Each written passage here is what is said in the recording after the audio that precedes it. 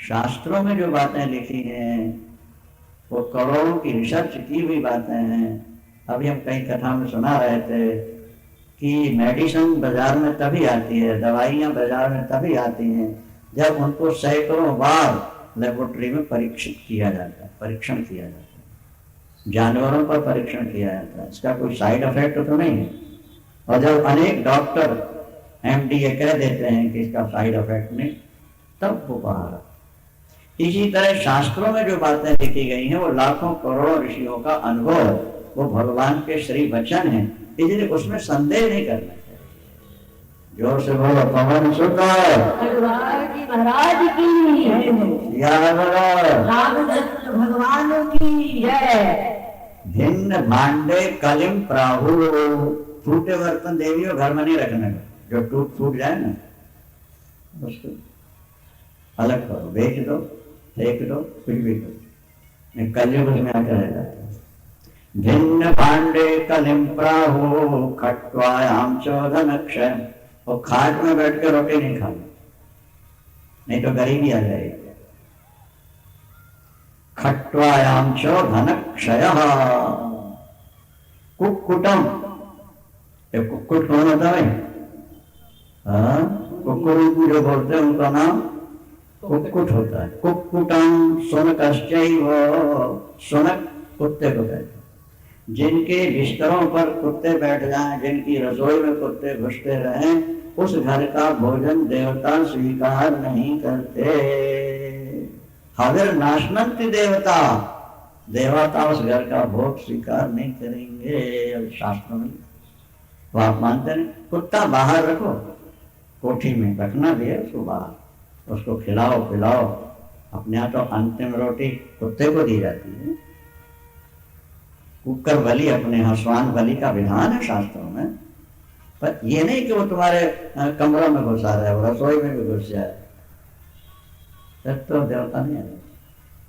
ये सारी सारी बातें सुनना समझना और फिर उसको अमल करना चाहिए। लाल ने सरस्वती का स्मरण किया, यहाँ से बात आगे बढ़ गई। हिय सुमरी शारदा सुहाई और मानस ते मुख पंकज आई। सरस्वती का स्मरण किया कि माँ तुम ही इस समय पर निर्णय दे सकती हो, क्योंकि सब लोग भरत के भाव में प्रेम में डूबकर अंतिम निर्णय यही दे दिया कि भरत कहें सोई किए भले। छुट्टी। भरत ने सरस्वती का स्मरण किया। उस समय सबके मन में एक शोक छाया हुआ था कि परिणाम क्या होगा।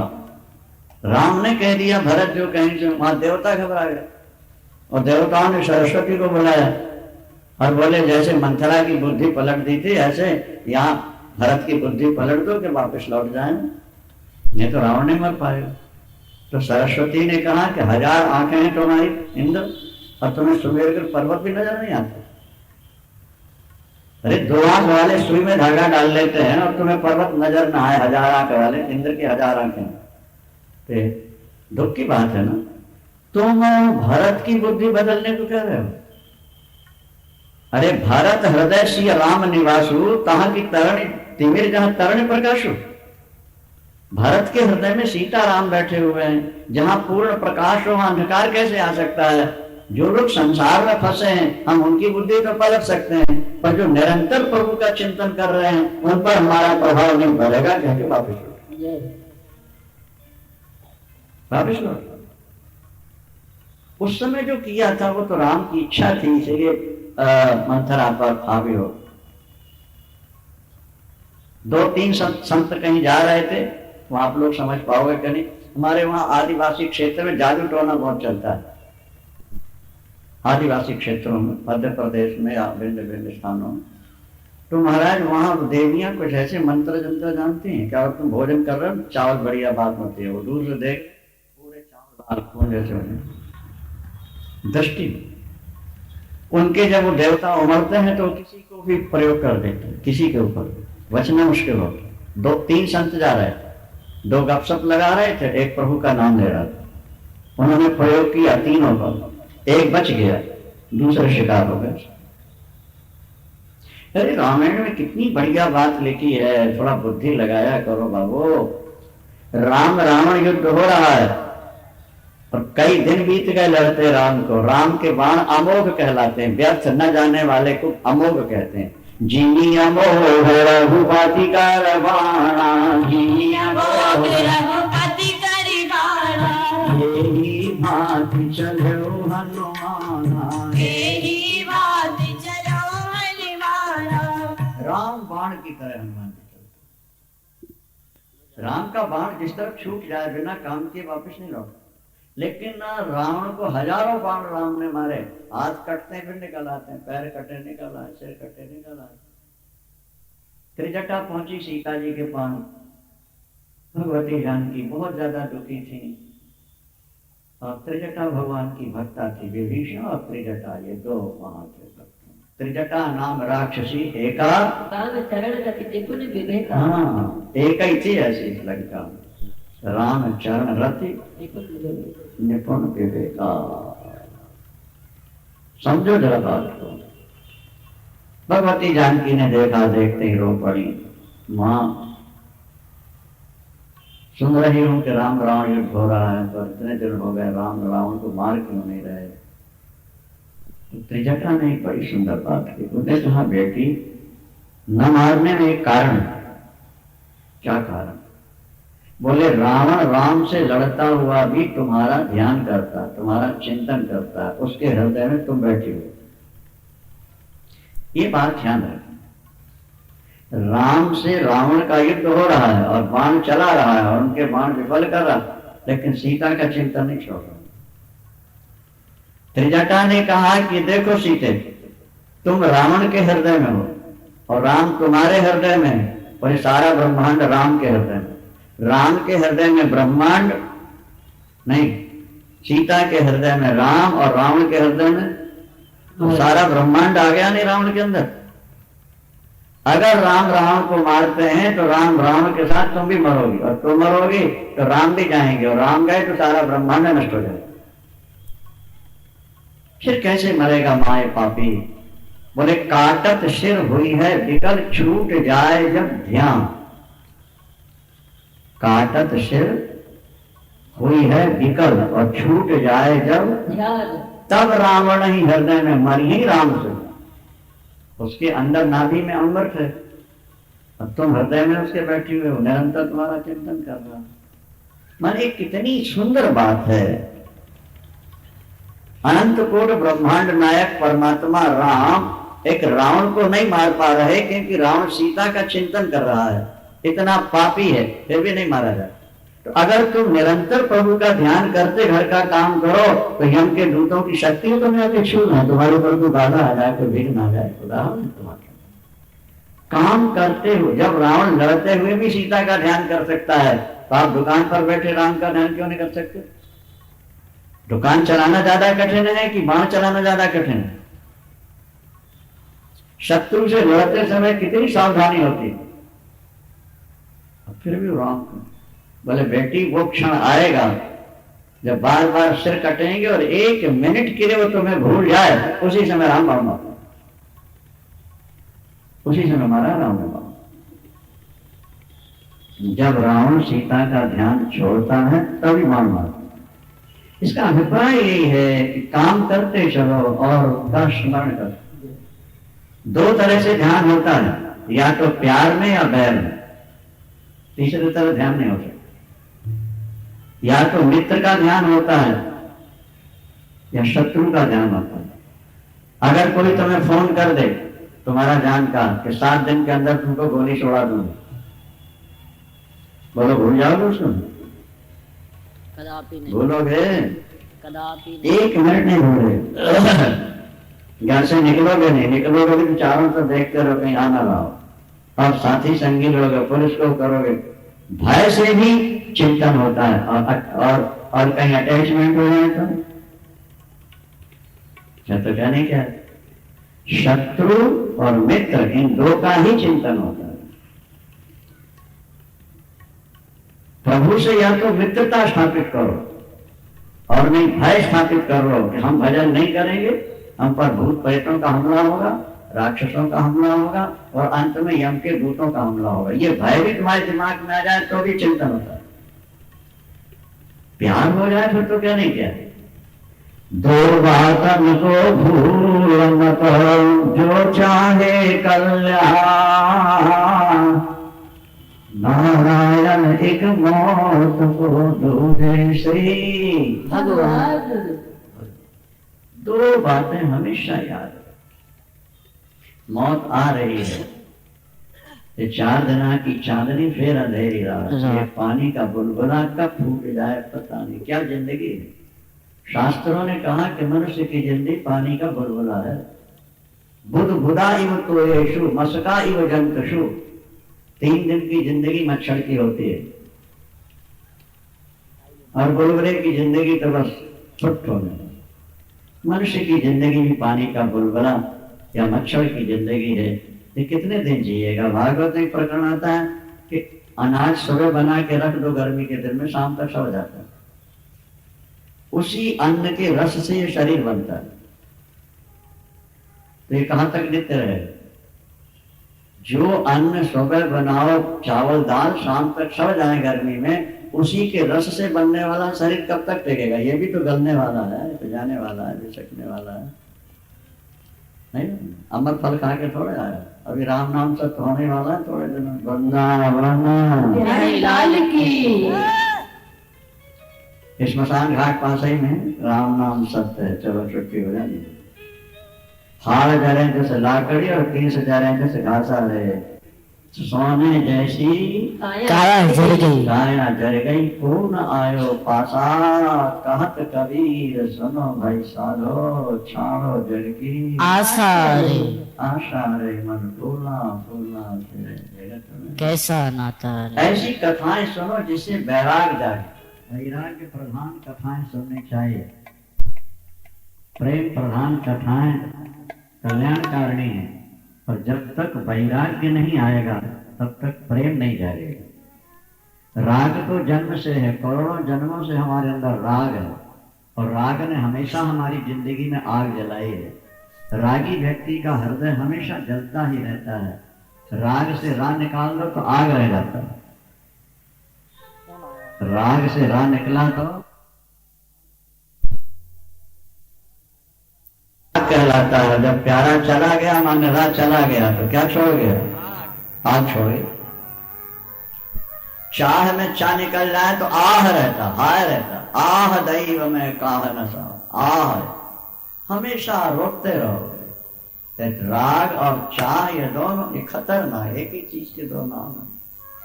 इसलिए कथाएं भी वैसी सुनो कि वैराग। भरतलाल का जीवन वैराग और प्रेम दोनों से भरा हुआ जीवन है, भरा हुआ। यहाँ लिखा है कि भरतलाल जी ने अयोध्या का सुख कैसे त्याग दिया। बोले जैसे किसी को हलवा पूरी खा के वमिट हो जाए, उल्टी हो जाए, तो फिर लौट के देखता भी नहीं, खाता है दोबारा उसको, क्या देखने में भी घृणा होती। तो जो प्रभु के प्रेमी होते हैं वो विषयों को इस प्रकार त्याग देते हैं जैसे वमिट किए हुए पदार्थ को व्यक्ति छोड़ करके आगे बढ़ जाता है। रमा विलास राम अनुरागी, रमा विलास राम अनुरागी, के ताजत बमन जीवी नर बड़ भागी। ताजत बमन क्या। भरत जी जब निकले हैं अपने घर से तो बोले पत्नी, वो भरत भागवत वाले, उनके लिए लिखा कि उन्होंने परिवार को कैसे त्यागा। बोले जैसे व्यक्ति टॉयलेट में जाकर, लेटरिन में जाके मल त्याग के आ जाता है, फिर उसका कभी स्मरण भी नहीं करता। जहौ युवैवो मलवत, युवावस्था थी, अब मल की तरह, विष्णु की तरह परिवार को छोड़ के चले, याद ही नहीं करी, बिल्कुल भूल गए। जैसे हम अपने त्यागे हुए मल को दिन में फिर दोबारा कभी याद भी नहीं करते, इसी तरह दशरथ के अयोध्या में इतना सुख था क्या कि कुबेर भी लजा जाता था। नीच के घर में भी इतनी संपत्ति थी अयोध्या में। जो संपदा नीच गृह शोभा, सो बिलोक सुर नायक मोह। और दशरथ धन सुनी धनद लजाई, दशरथ का वैभव देख के कुबेर भी लज्जित हो जाता है। और उस अयोध्या में 14 वर्ष भरत कैसे रहे? बोले ही पूरा बसत भरत बिनु रागा, ही पूरा बसत भरत बिनु रागा, चंचरी गजनी चंपक बागा,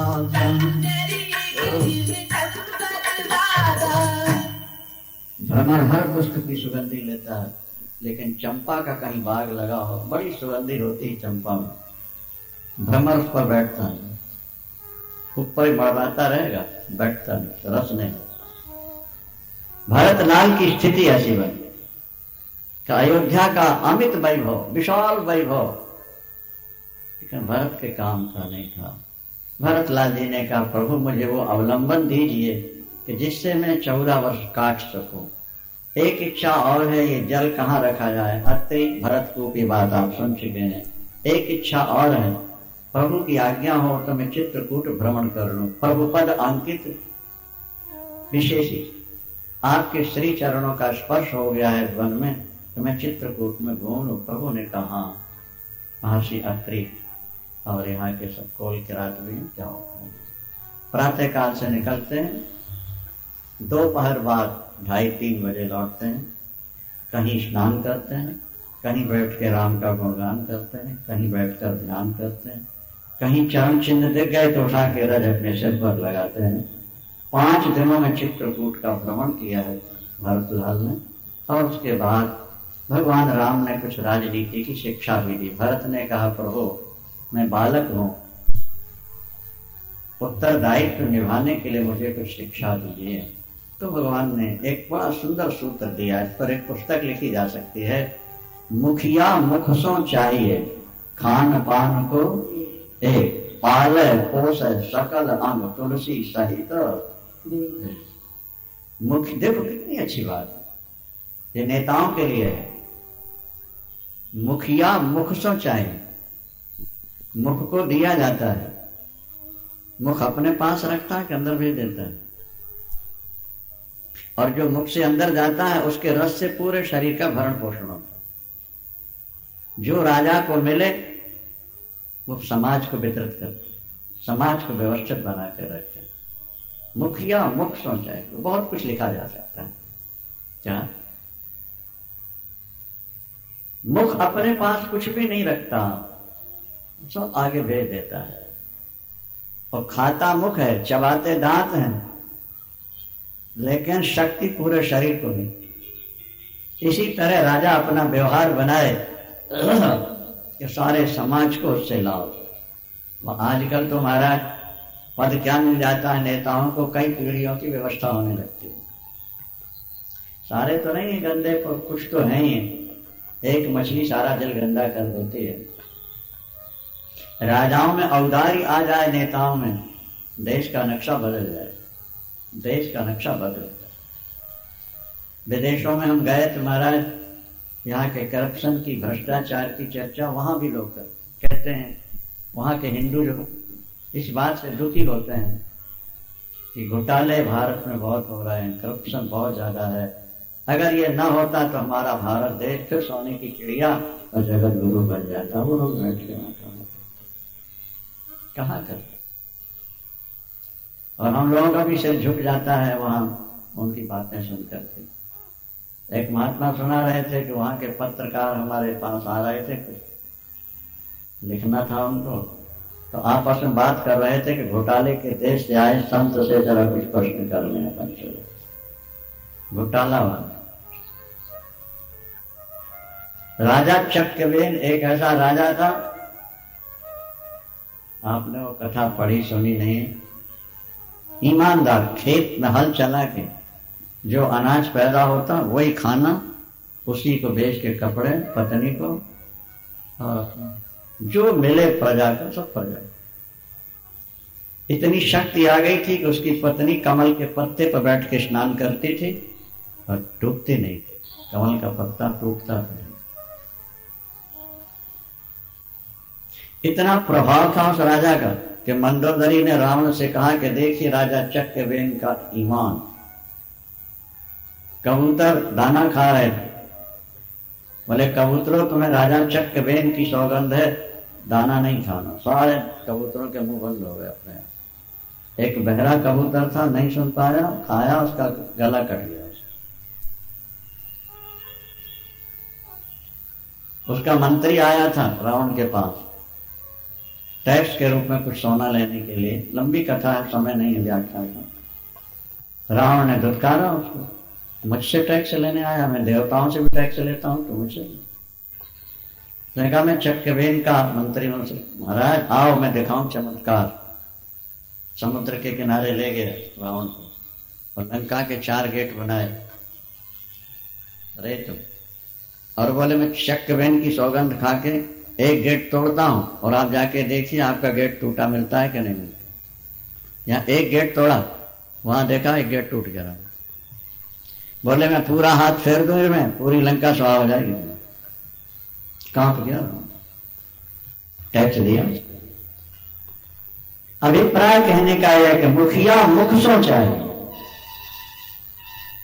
मुखिया क्यों कहते हैं उसको? मुखिया इसीलिए कहते हैं कि तुम मुख की तरह बर्ताव करो।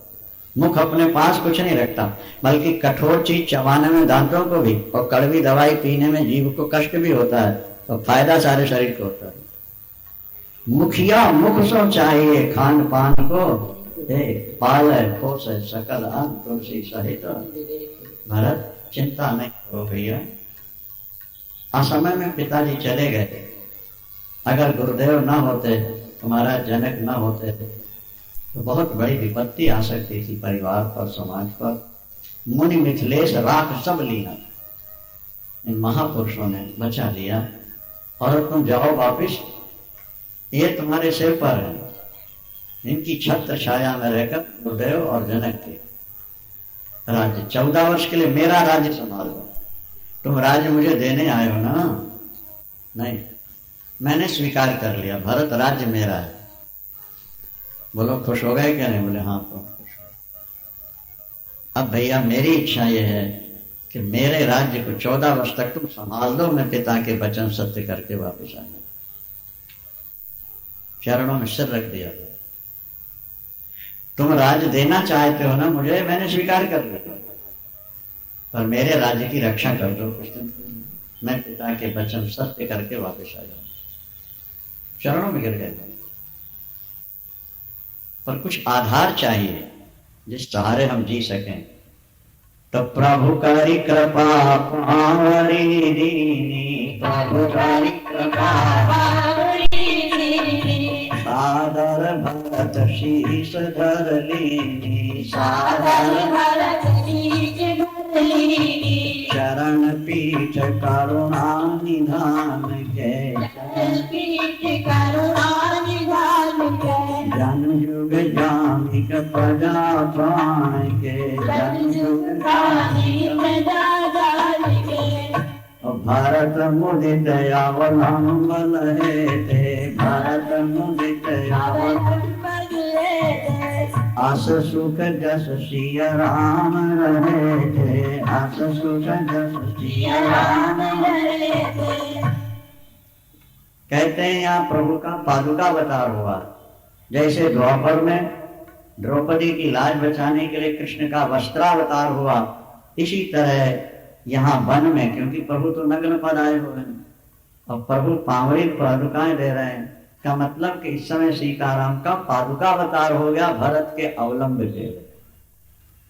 प्रतीकोपासना है, दहर विद्या है, प्रतीकोपासना है। उपासना के लिए कोई प्रतीक चाहिए, तभी भक्ति टिकती है, तभी आधार मिलता है।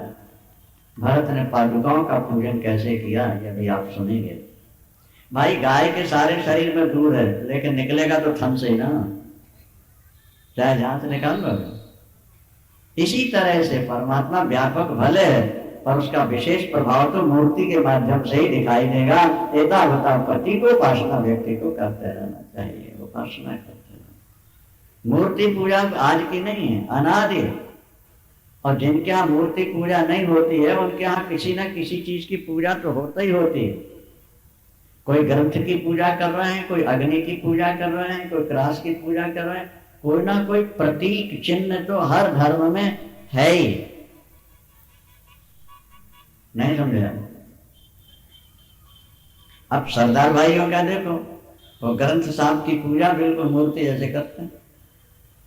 आर्य समाजी का देखो, अग्नि की पूजा, हवन करते हैं, अग्नि को उसी तरह पूजन पाठ कर।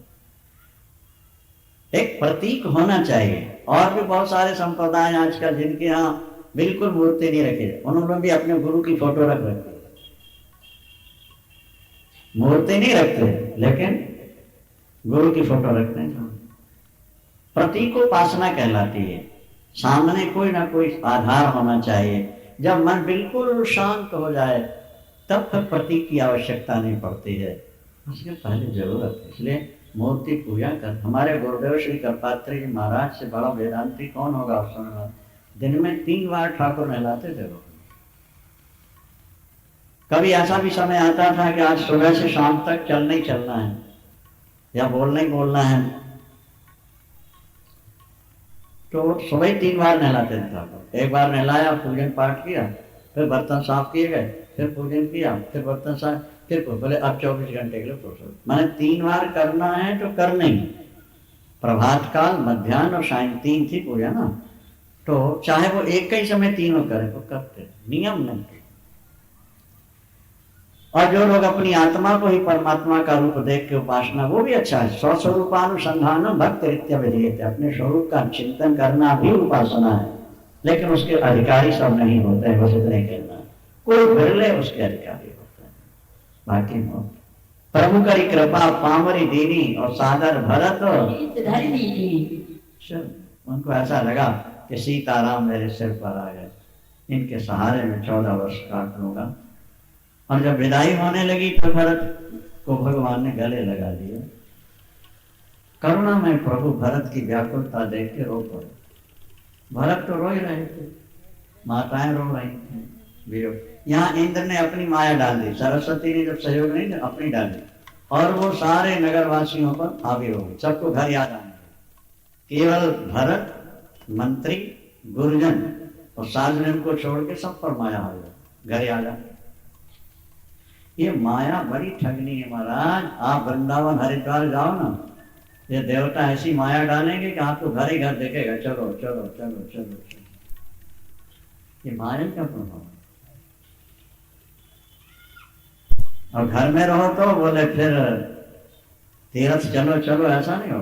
वो वहां जाओ तो लगेगा घर चलो घर चलो। लाग देव माया सब ही सब कर। अब सबको घर याद आने लगा। एक और राम का प्रेम, दूसरी ओर परिवार का काम धाम। क्षण वन क्षण घर क्षण सदन सुहाए। कभी तो वन अच्छा लगता है, कभी घर अच्छा लगना अच्छा नहीं। दुविध मनोगत प्रजा दुखाए, दुचित कतम पर तोष न नहीं। एक सनमरम न कहीं। एक दूसरे से अपनी मनोव्यथा बता नहीं रहे, बताएंगे तो क्या कहें, कैसा पागल है, राम को छोड़ के घर की ओर। इंद्र की माया से यहाँ लिखा है कि अच्छा हुआ, अगर ऐसा ना होता तो राम के वियोग में सारे मर जाते। इसलिए प्रभु की इच्छा मानो। तुलसीदास जी ने वियोग का वर्णन नहीं किया राम। वो कहते हैं मैं इस वियोग का वर्णन करूंगा तो लोग मुझे कठोर कवि कहें। वर्णत रघुवर भरत वियोगु सुन कठोर मोहि कहिए लोग। अपने प्यारे का बिछोड़ना कितना दुख देता है, वो तो प्यार करने वाले ही जानते हैं। प्यार ही रुलाता है और प्यार ही हंसाता है। जिससे प्यार हो जाए और मिल जाए तो कितनी शांति का अनुभव होता है। और जब प्यारा जाने लगे तो लगता है कि इसके साथ प्राण भी जाए, प्राण भी निकलते हैं। भगवान कृष्ण जब मथुरा जाने लगे, राधा रानी से मिले, ऐसा किसी ग्रंथ में राधा रानी ने कहा कि प्राण प्यारे जल्दी चले जाओ। अरे जल्दी चले जाओ? बोले हाँ, जब आपको जाना ही है जल्दी जाओ। क्या होगा? हम अपने प्राण भी साथ में भेज देंगे। आप खड़े रहोगे तो प्राण छटपटाते रहेंगे, तकलीफ होगी, क्योंकि जाने वाली बात दिमाग में आ गई। इसलिए जल्दी जाओ तो हमारे प्राण भी आपके साथ ही चले जाएं, हमको ज्यादा तड़फ ना रखो। वियोग की जो घड़ी है वो बहुत दुख देती। मिलत एक दुख दारुण देही, मिलत एक बिछुरत एक प्राण हर लेही, बिछुरत एक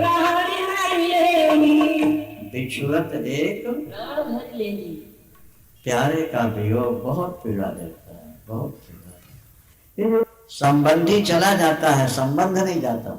संबंधी मर जाता है पर संबंध नहीं मरता, और वो संबंध जो है बार बार याद दिला के रुलाता है। अगर संबंधी के साथ संबंध भी मर जाए, प्यारे के साथ प्यार भी मर जाए तो तकलीफ नहीं होती। होता यह है कि प्यारा मर जाता है, विदेश चला जाता है, बिछड़ जाता है, पर प्यार जिंदा रहता है। वो प्यार प्यारे की याद दिला दिला के तुमको रुलाता है। इसीलिए प्यार न करिए संसार में किसी से, बिना प्यार की न रह जाए तो भगवान से प्यार कर लेना, वही प्यार के केंद्र है। बस चौथे दिन अयोध्या आए हैं लौट करके, जनक जी भी साथ ही आ गए हैं। राजकाज की सारी व्यवस्था जनक जी ने बनाई, क्योंकि भरतलाल तो बड़े भोले भाले थे, वो तो निरंतर राम के प्रेम में डूबे रहने वाले थे।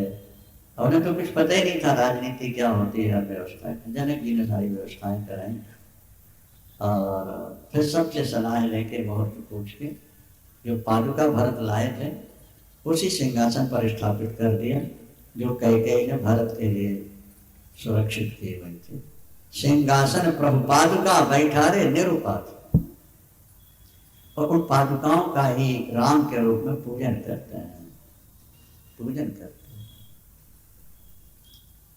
फिर गुरुदेव के पास गए, माताओं के पास गए, आज्ञा हो तो मैं भी नियम से रह जाऊं। गुरुदेव ने कहा, भरत तुम जो कहोगे जो करोगे वो धर्म का सार होगा। समझब कहब करब तुम सोई, धर्म सार जग हुई है सो। वो तो धर्म का सार। अयोध्या के बगल में नंदी ग्राम है, नंदी ग्राम। क्योंकि राम अयोध्या में नहीं है इसलिए मैं अयोध्या में नहीं रहूंगा। राम गुफाओं में सो रहे होंगे, चटाइयों में सो रहे होंगे, मैं भी वैसे। राम की जटाएं देख के आए, दूध मंगा के भरत शत्रुघ्न ने जटाएं बना दी। तो नंदी गांव कर पर्ण कुटीरा, कीन निवास धर्म दुर धीर। नंदी गांव में कुटी बना करके रहने लगे, जटाएं बना ली हैं। निरंतर अश्रुपात होते रहते हैं भरत के। सुना जाता है विद्वानों से कि गर्मी के दिन थे, उर्मिला के सामने जब दासी ठंडा जल लेके आई, पतिव्रता का स्वरूप तो कुछ अलग ही होता है ना, उसका ध्यान हमेशा पति में रहता है। उर्मिला सोचने लगी कि मैं ठंडा जल पीऊं और मेरे प्राणनाथ वहाँ गांव में पर्णकुटी में गर्म जल पी रहे होंगे, मैं एक सुराही जल दे के आऊं उनको, वो ठंडा पिए तो मैं पीऊं। हाँ जी, मांडवी, और मिला तो लक्ष्मण जी की पत्नी मांडवी लेकर के चली एक घड़े में जल। अब जैसे ही भरत जी को देखा, सिर में जटाएं हैं, आंखों में आंसू हैं, मुनि वेश बना लिया है। जो वेश राम का देखा था वही बना लिया। शरीर सूखता जा रहा था, मुख की कांति वही थी। जैसे भरत की स्थिति मांडवी ने देखी, शरीर कांपा और घड़ा गिर गया। घड़ा गिरा तो पानी उछल के भरत पर पड़ा, थोड़ा सा छींटे। भरत ने पूछा कौन? मांडवी रोती रोती आंसू पोंछती कहती है, आपकी परिणीता विवाहिता, आपकी दासी मांडवी। भरत ने कहा, कैसे आई थी? ठंडा जल लेके आई थी आपके लिए। मेरे राम गर्म जल पिए वन में और मैं ठंडा पीऊं? देवी जब तक राम सिंहासन पर आकर नहीं बैठ जाते तब तक के लिए भरत का कोई नाते रिश्तेदार नहीं है, केवल राम ही उनके सर्वस्व है। और कृपा करो आज के बाद तब तक मेरे सामने न आना जब तक मेरे राम सिंहासन पर बैठ न जाए। पतिव्रता का स्वरूप ही होता है पति की आज्ञा मानना। फिर मांडवी 14 वर्ष सामने नहीं, रोती रही सामने। भरतलाल बस देह दिन दिन दूबर होई, दूबर होई, देह दिन दिन दूबर होई, देह दिन दिन दूबर होई, घटय तेज बल मुख छवि सोई, घटय तेज बल मुख छवि होई। दिन प्रतिदिन शरीर सूखता जा रहा था। अन्न छोड़ दिया है भरत ने, भोजन नहीं किया भरत। भागवत में लिखा है कि गोमूत्र में जौ भिगा करके थोड़े से चाप के पानी पी लेते शरीर। कहीं आता है कि कंदमूल फल ही लेते रहे 14 वर्ष, जैसे राम को कंदमूल फल खाते देख के आए थे। कुछ लोग कहते हैं कि कुछ भी नहीं किया भरत। अनुपम त्याग है भरत का। अयोध्या जिसकी संपत्ति देख के कुबेर लजा जाए, नीच ग्रह की संपत्ति देख के इंद्र लज्जित होता हो, तेहीपुर बसत भरत बिनु रागा, चंचरीक जिमी चंपक रागा। रमा बिलास राम अनुरागी, तजत बमन जिमी नर बड़। बस यही कहना पड़ेगा कि भरत को देख करके बड़े बड़े साधु भी लज्जित हो रहे थे। भारत के नियम देख के साधु भी लज्जित होते हैं। न लिखा है प्रेम बढ़ता जा रहा है, शरीर घटता जा रहा है, मुख में छवि वही की वही है। भारत की रहनी कैसी है सुनिए। पुलक गात, उनके शरीर में हमेशा रोमांच रहता। पुलक गात ही हृदय में राम सीता, आंखों में आंसू है, मुख में नाम है और हाथ में धनुष और बाण। अयोध्या की सुरक्षा के लिए माला जरूरी नहीं है, धनुष बाण, क्योंकि प्रभु का राज्य है, ये संपत्ति प्रभु की है। आप भी प्रभु की मान करके घर को संभालो, अपनापन नहीं। संपत्ति सब रघुपति कह आरी, संपत्ति सब ये भाव हमेशा जीवन में अगर रहे तो हानि लाभ हर्ष और शोक से आप ऊपर उठो। संपत्ति संभालो ये मानकर के प्रभु की और प्रभु कार्य के लिए समर्पित। भरतलाल एक एक दिन गिन रहे हैं, वो समय कब आएगा जब मेरे सरकार मेरे प्रभु अयोध्या पर हारेंगे।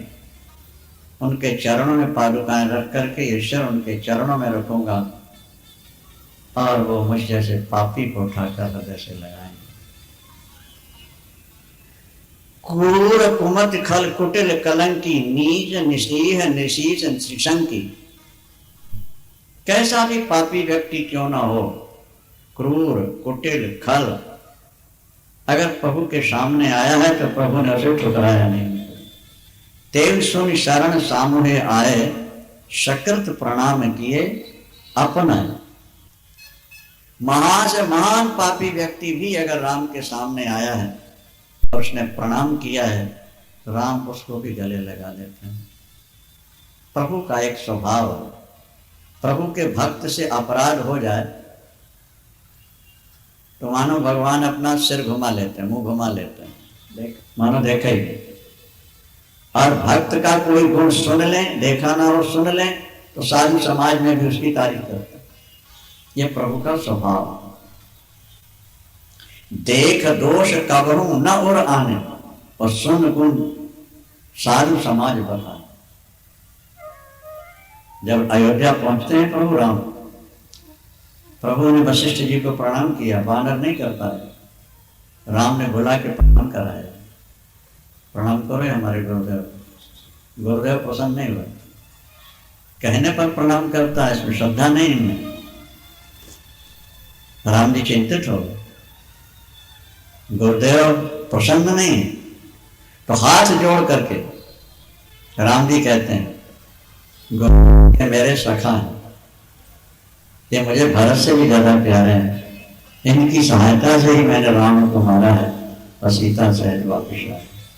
वशिष्ठ के आंसू निकल आए, देखो कहाँ ये बंदर, वो कहाँ भरत, और कह रहे हैं कि भरता हूं तो मुझे अधिक प्यार, ये मुझको भरत से भी। प्रभु की दयालुता की ओर देखते रहो। अपराध तो इंसान से होते ही रहते हैं, ऐसा कोई वृक्ष नहीं जिसमें हवा न लगी हो, इसी तरह ऐसा कोई जीव नहीं जिससे कोई गलती ना हो। जिससे कभी गलती हुई नहीं वो तो इंसान के रूप में भगवान ही है, पर गलती अगर हो भी गई है तो तुम ईश्वर की शरण में जब जाओगे, उनका भजन करोगे, सब माफ करो। ये उनका स्वभाव है। तो लखन राम सिय कानन बसहि और भरत भवन बस तप तन कसहि। भगवान राम, लक्ष्मण और सीता जी वन में रह के तप कर रहे हैं और भरत लाल जी घर में रह के तप रहे हैं। दोनों में श्रेष्ठ कौन है? तो बोले दूह दिशि देख कहत सब लोग, दूह दिशि देख सब विधि भरत सराहन जोग, सब विधि भरत घर में रह के थोड़ा भी कर लो तो बहुत होता है, क्योंकि गृहस्थ व्यक्ति के सिर पर बहुत बोझ होता है, बहुत समस्याएं होती हैं। जो लोग बाबा जी बन गए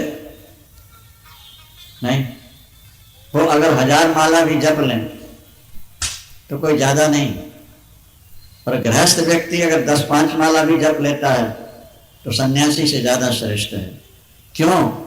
इसलिए कि सन्यासी के पास और कोई काम रहा ही नहीं, तो भजन के सिवा करेगा क्या? लेकिन गृहस्थ के जीवन में हजारों समस्याएं हैं, चारों तरफ से ग्रसा होता है, और उसके बाद भी अगर वो घड़ी 2 घड़ी बैठ के कथा सुन ले, भगवान का पूजन कर ले। भागवत में एक श्लोक मिला कि जिस व्यक्ति के 2.5 घंटे 3 घंटे भजन में लग जाते हैं, वो व्यक्ति नरक कभी जा ही नहीं सकता है। वृंदावन हरिलाल की जय, सियावर भगवान की। गांठ में बांध लो इस बात, अपनी कमाई का 10वां हिस्सा और अपने टाइम का 10वां हिस्सा भगवान को देते जाओ, कर्म अच्छे करो, तुम सीधे विमान पर बैठ के वैकुंठ जाओगे, तुम्हें तो रोक भी नहीं सकेगा कभी। शास्त्र के कथा सुन ली, पूजा कर लिया, पाठ कर लिया, चलते फिरते प्रभु का सुमिरन होता रहे, और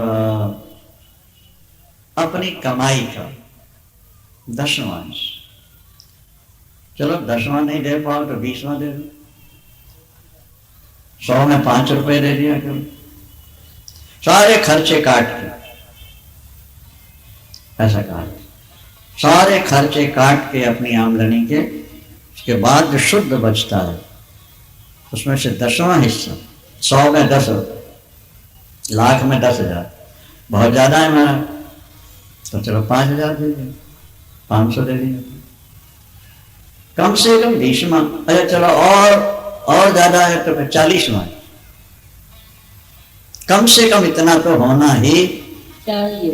1 लाख का शुद्ध प्रॉफिट है तो 2,500 निकाल लो, 20वां हिस्सा है तो फिर 1 लाख में 5,000 निकाल लो, 10वां है तो 10,000 निकाल लो, और फिर वो दीनहीन गरीब अनाथ इनकी सेवा में लगाओ, साधु संतों की सेवा में लगाओ, गरीबों की कन्याओं का विवाह करो, गरीब विद्यार्थियों के पढ़ने के लिए फीस वगैरह दो, और उनके लिए कपड़ों की व्यवस्था करो। ये तुम्हारी कमाई का सार।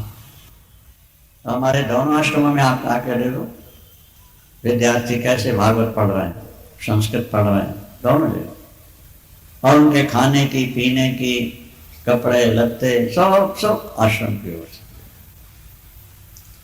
लगभग 100 संत सुबह रोज आते हैं। वो कहते हैं आपके आश्रम का दूध बहुत अच्छा लगता है, हमने अच्छा दूध पियो। रोज सुबह वो खिचड़ी और दूध लेके जाते। मन को ऐसा लगता है कि वो नहीं खा पी रहे, हम ही खा पी रहे। प्रभु ने इतनी शक्ति दी कि अपन कुछ कर सके। सारी कमाई बच्चों के लिए नहीं है, समाज के लिए भी होना चाहिए, भगवान के लिए भी होना चाहिए। अरे भाई किराए की दुकान लोगे तो किराया दोगे कि नहीं? हाँ, और किराया भी नहीं दोगे तो क्या होगा? दुकान चलेगी नहीं। ये शरीर आपने स्वयं बना लिया है कि भगवान ने बना के दिया? बोलो। अच्छा, तो भगवान ने ये शरीर बना के दिया, माने दुकान भगवान की होगी, और इस दुकान से आप कमा रहे हो, तो किराया कुछ थोड़ा बहुत देना है भगवान को, नहीं देना है? सारा बेटे के लिए। अभी एक बात हमने कही लोगों को अच्छी भी लगी कि आज व्यक्ति सीमित परिवार में संतुष्ट है, बस 2 बच्चे, ज्यादा नहीं, मैक्सिमम 3, 2 ही बस महाराज, आप नहीं। अगर बेटियां लगातार हो गई बोले कोई बात नहीं, फिर भी अब नहीं करते। हम कहते हैं जैसे सीमित परिवार में तुम संतुष्ट हो रहे हो, इसी तरह सीमित धन में भी तो संतुष्ट होना चाहिए। वृंदावन तो तुम्हारा सिद्धांत है कि परिवार तो सीमित रहे और संपत्ति सारी दुनिया के हमारे घर में आ जाए। ये फार्मूला गलत हुआ कि नहीं? सीमित परिवार है तो उनकी व्यवस्था बना लो और उसके बाद कमा के अनाथालय, विद्यालय, औषधालय, गौशाला, नहीं, साधु, ब्राह्मण, गरीब, गाय, इनकी सेवा में लगाओ तो जीवन उज्जवल बनेगा, भक्त मन निर्मल होगा, जीवन धन हो जाएगा। ये नेक सलाह है, संतों की सलाह है, शास्त्रों की आज्ञा है, इसलिए कहा जाए। मान लेंगे तो अच्छी बात है। भरत ने सब कुछ त्याग दिया। राम, लक्ष्मण, सीता से भी ज्यादा त्याग भरत का माना 11 मिनट ज्यादा। उभय विलोक कहत सब लोगु सब विधि भरत सराहरि जगु। और अंत में लिखा है सिया राम प्रेम पीयूष पूर्ण होत जन्म न भरत को समझम नियम विषम वित आचरत को। क्या? अगर सीता राम के प्रेम से परिपूर्ण भरा हुआ जीवन भारत का न होता तो सीता राम की ओर जीवों को जाने का रास्ते बंद हो गया। रामायण के भरत और भागवत की गोपियां, और यहां लिखा हुआ है मुनि मन अगम जम नियम। जो मुनि लोग भी पालन नहीं कर पा रहे थे, ऐसे जम नियम सब का पालन भरत लाल जी घर में कर रहे। दुख दाह दारिद्र दम्भ दूषण सुजस विष अपहरत को और कलिकाल तुलसी से छठन हठ राम सन्मुख कर।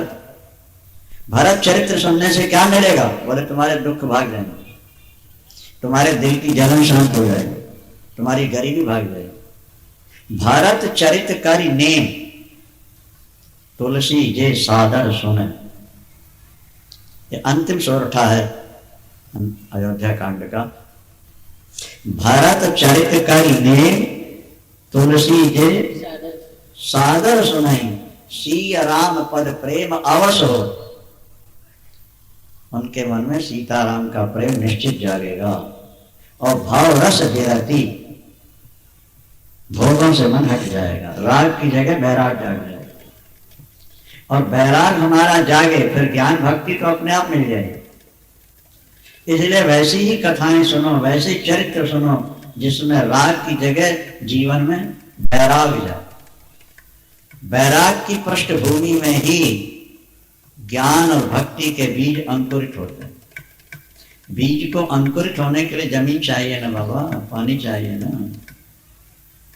तो जब तक बैराग और ईश्वर का प्रेम, तो बैराग क्या है? बोले भूमि है, और प्रेम बोले जल है। इसमें ज्ञान और भक्ति के अंकुर अंकुरित हो जाएंगे बीज, और तब जीवन आपका सफल हो जाए। भरतलाल जी प्रभु प्रेम में मग्न हैं, उनके आंखों से सदा अश्रुपात होते रहते हैं। हर श्वास श्वास में नाम मुख से निकलता है, शरीर में रोमांच है और हृदय में सीताराम। मांडवी को भूल गए 14 वर्ष के लिए।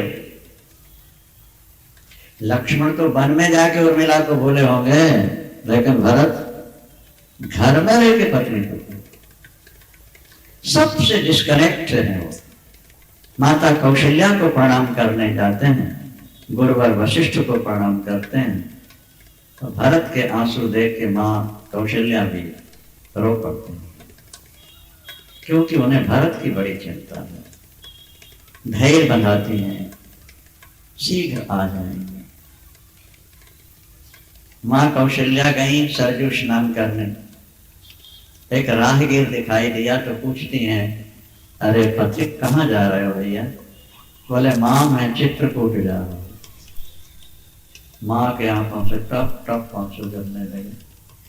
माँ कहती है अगर तुम्हें राम मिल जाए तो मेरा एक संदेशा कह देना बेटा। माँ जरूर कहूँगा, क्या संदेश है बताओ? बोले राम मिले तो कह देना कि एक बार लौट के अयोध्या आ जाओ। बड़ा करुणापूर्ण भाव है। राघव एक बार फिर आओ। सरजू किनारे खड़ी माँ रोती हुई कह रही है पथिक से, चित्रकूट जा रहे हो, राम मिले तो कहना एक बार लौट आओ। किसके लिए? माँ के लिए नहीं, क्योंकि माँ तो तुम्हारी बहुत कठोर है राम, वो पिता की तरह मर नहीं सकी, जीवित है, उसका हृदय कठोर है, इसलिए माँ के लिए नहीं आना। फिर किसके लिए बुला रहे हैं? ध्यान से सुनो बात। बोले सिर्फ मैं इसलिए बुला रही हूं कि अयोध्या में प्रवेश न करें, बाहर जो घोड़साल है, घोड़े जहां बनते हैं वहां तक आए और वापिस लौट जाए। क्यों? बोले घोड़ों की दशा देख लेंगे तो पता लग जाएगा कि जिनके वियोग में घोड़ों का यह हाल है, उनके वियोग में माँ कैसे जीवित रह रही होगी, अयोध्यावासी कैसे जीवित रह रहे होंगे। राघव एक बार फिर आओ, ये बरबाज बिलोक आपने बहरो बन ही सिधाओ।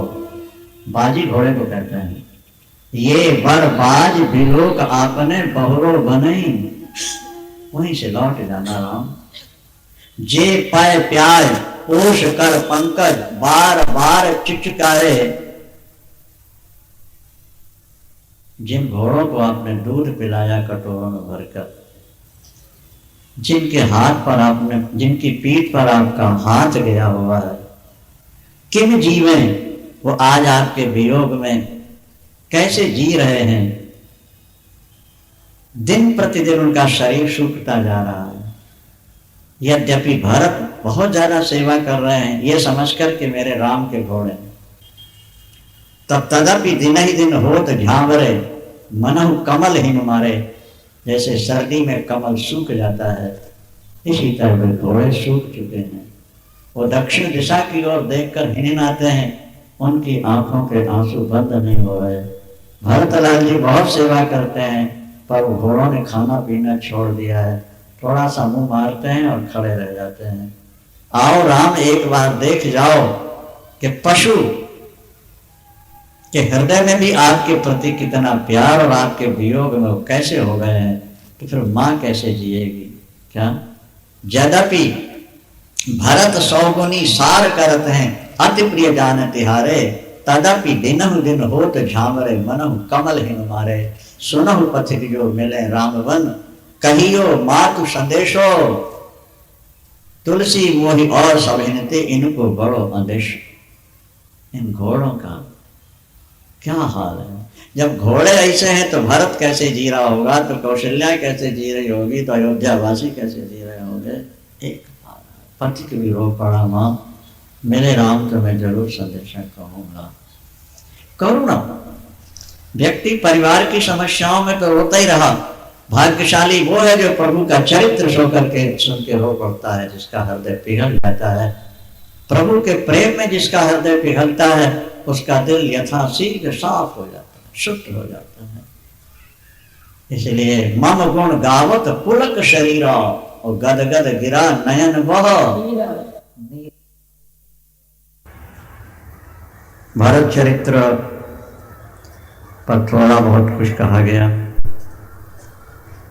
प्रभु राम की लीलाएं कल्याणकारिणी हैं। भागवत में लिखा है कि परमात्मा कानों के द्वारा ही हृदय में प्रवेश करता है।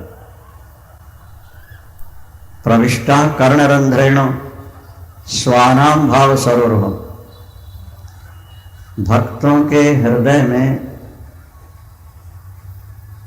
भगवान कानों के द्वारा प्रवेश करते हैं। इसका मतलब कथा सुनोगे तो कथा के माध्यम से परमात्मा आपके अंदर प्रवेश करेगा। एतावता कथा सुनते रहना चाहिए। जयंत ने भगवान राम की परीक्षा लेनी चाहिए। भगवती सीता के चेष्ट में चरण चोंच का प्रहार किया। प्रभु ने सींग का बाण छोड़ा जो ब्रह्मास्त्र बन गया और ब्रह्म रुद्र के पास जाकर भी उसे संरक्षण नहीं मिला। अंत में नारद जी के द्वारा वापिस भेजने पर प्रभु के चरणों में गिरा। प्रभु ने उसे एक नयन का अभयदान दे दिया। आगे अनसुईया आश्रम पहुंचे हैं। भगवती सीता को माता अनसुईया ने पातिव्रत का उपदेश दिया है।